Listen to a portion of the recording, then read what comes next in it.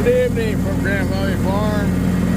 It's August 14th, 2025. It's about 5:45. About 84 degrees or so. Out here trying to finish mowing the pasture grass. Can't have it too tall because you can't irrigate it. Now once the fences are in, then we won't have this issue. Just chop down the stuff they don't eat.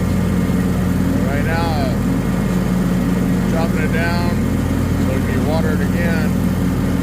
Got the actual lawn at the house mowed with water going on it right now. Well, it's been a pretty productive day so far.